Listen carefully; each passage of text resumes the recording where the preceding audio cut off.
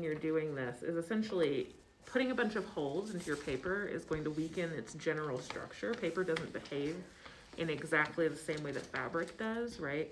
So you'll want to put some fabric interleaving in, and we call it interleaving because it's inter the leaves, right, inside of the leaves. So I'm just going to use fabric that I had on hand. This was just in my office. Don't ask me why, I don't know. But you want to cut it down just a little sheet if you're going to glue stitch all of the pages together. You're going to want to just go ahead and get one that's roughly the size of where your stitching is going to be. You don't want it to be exactly the same size because as you kind of sew it, pull it tight, right? Pull your stitches tight. The paper won't flex, but the fabric will, and some fabrics might actually stick out at the edge, and you don't want to have to like sit there and try and figure out how to trim it, right? So roughly the size of the pages and where the holes will be. And before you do any kind of stitching, you want to go ahead and poke your holes, okay? So if you were going to do, let's say, we're gonna do like a very basic floral shape, right? You wanna make sure you have this self-healing mat in between your pages, right? And you'll just kind of start poking holes through. And you wanna make sure they go all the way through, right? Because that's what your fabric or your yarn or whatever you're using, thread is going to need to do. And we'll just do a basic flower.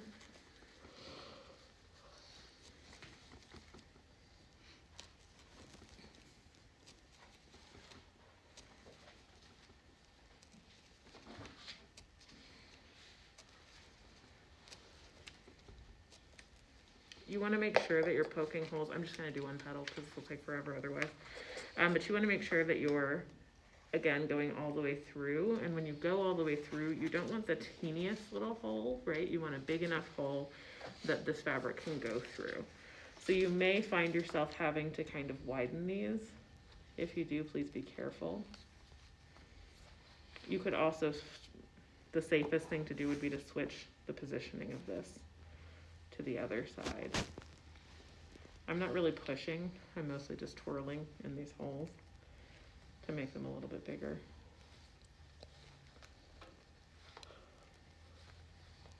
And make sure you do this with your fabric inside, okay? It'll kind of prepare the fabric as well. When you're thinking about what kind of thread you want to choose to do this with, I would suggest, ooh, that one didn't go all the way through. That one did, it was this one. I would suggest that you think about,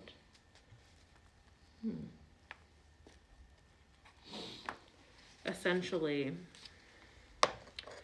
what your end goal is, right? There's not really a reason to use waxed thread in these necessarily, unless you're trying to imitate binding, right? So this kind of embroidery thread is perfectly fine. Literal needle and thread is fine. Right, wire is perfectly fine as well. Although you will want to be gentle as you go because that wire is so tense compared to the loosey-goosiness of the page, right? So even if you are putting wire through, you would want to give some kind of structure like this. The other kind of function of having this here is that it gives flex to the paper so that it can hold on to all of that fabric and move with it as you open the paper, or move the page around, right? How many pages total are you using? I have 5. That's a good question, actually. So hopefully everybody remembers how thick my pages are. If you are planning on doing this, I would go with the maximum number of pages you've been putting together. Just again, to give it that stiffness, that strength, right? Okay. Cool. So once you've got your holes kind of figured out, you can take one of the, they're there, needles that I have if you want, or you could bring your own, and we're gonna see how long it takes me to thread this through here because it's a little big, but if it doesn't work the conventional way, I'll do it my own way.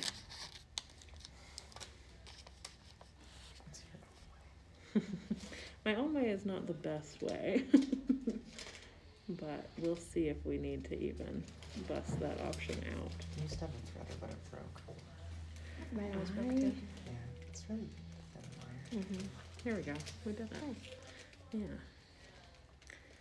So, you don't necessarily want to knot it or anything like that. You don't want to make it larger when it needs to go through.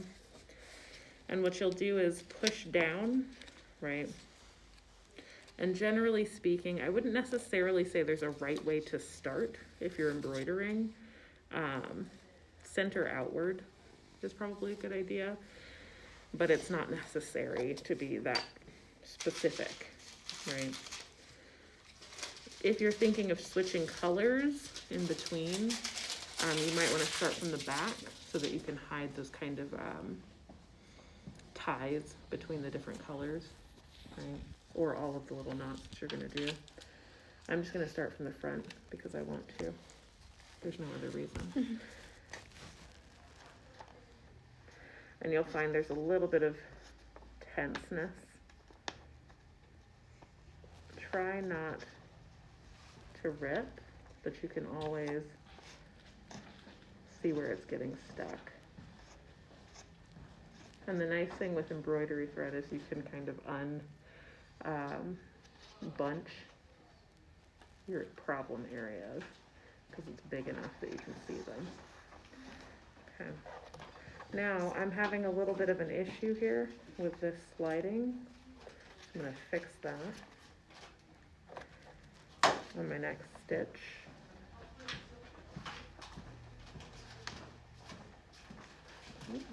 A little bit more. This is again why you have your holes ahead of time so that you can go through the appropriate hole, your pre-made hole, instead of making a new one.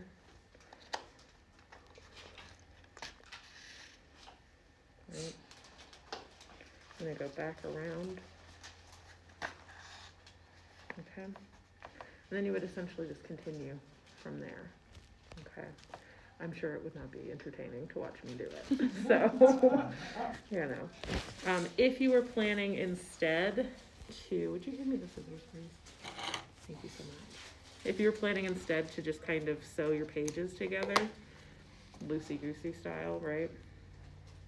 You could totally do that. I'm just going to do a little imagined version. But again, you'll want to poke holes along the edge. And I also would recommend this for anybody who's planning on putting anything heavy on or between their pages, right? Because again, that fabric is made to have weight or pull on it in a way that pages are not, right? So we'll just pretend like we're just gonna stitch. And you would do this all the way around the bottom, up the side, and around the top. Or if you wanted to, you could zigzag across.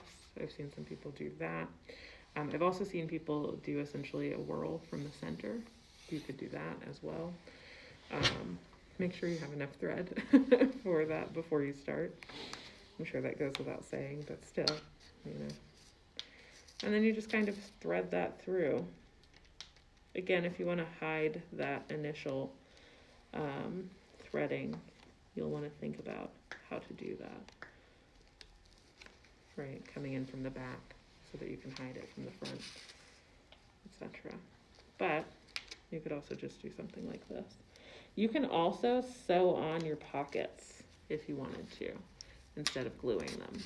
That's part of why I did this demo today, right? And then when you tie these off, right, or when you tighten them, you don't want to tighten them like that. They don't need to be the tightest. Hopefully you can kind of see that weird bowing happening. You want to give it a little bit of slack, right? Enough that it's not visible, but also so that when you move the page, you don't have a weird warping. Okay. And then you tie that off. Any questions about that? Okay, cool. So that's another